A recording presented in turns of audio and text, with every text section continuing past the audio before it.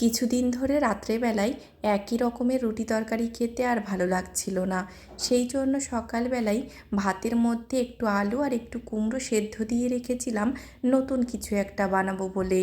কাটাকুটি বলতে সামান্য একটু পেঁয়াজ আর একটু ধনেপাতা কেটে নিয়েছি। এবার আলু কুমড়োর মধ্যে একে একে দিয়ে দিয়েছি গোলমরিচ গুঁড়ো, একটু ম্যাগি মশলা গুঁড়ো, পরিমাণ মতো 2 রকমের লবণ, একটু সাদা লবণ আর একটু বিট লবণ।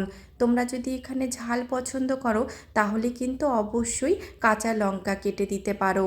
এবার আর কি সমস্ত কিছুকে ভালো করে চটকে একটা পুরের মতো বানিয়ে ফেলতে হবে।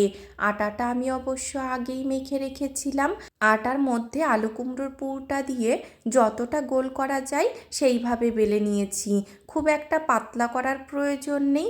আলু কুমড়োর পরোটাটা আমি কিন্তু ঘিয়ে ভেজেছি। তোমরা বাটার, সাদা তেল যে কোনো কিছুতে ভাজতে পারো।